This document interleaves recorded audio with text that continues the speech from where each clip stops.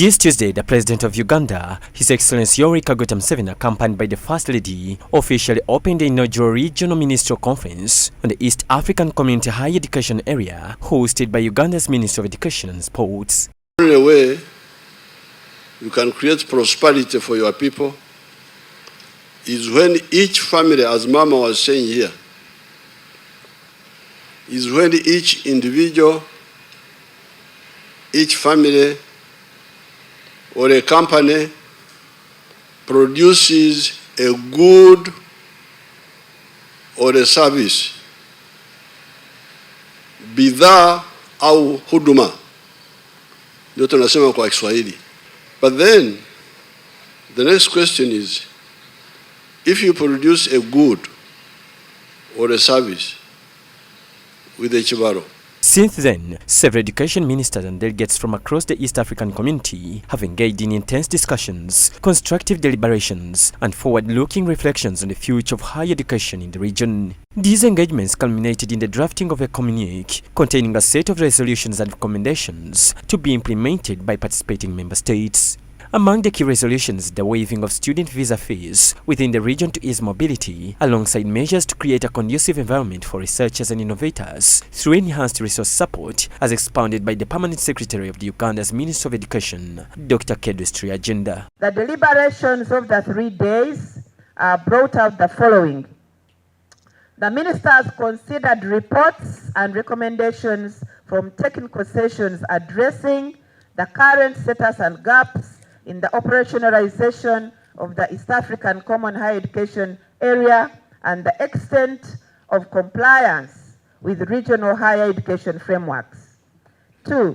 Legislative, policy, and regulatory reforms required to align national higher education systems with the East African regional frameworks. 3. Strengthening the East African community higher education quality assurance to ensure compatibility. According to the State Minister for Higher Education, Honorable John Chrysostom Yingo, these and other resolutions are designed to improve access to quality, affordable and internationally recognized education services for all learners in the region without the fear of attaining qualifications that may not be widely accepted. We are trying to create a situation that will enable each and everybody, every child in the region get quality education. We want to standardize the programs, want to standardize the quality, want to give the best. First of all, want to give the best to our children. Secondly, we must create ways of making our children not suffer because they have to travel from one country to another. Everything that will encourage our children to go for university education, for example, should be put in place. The framework, whatever.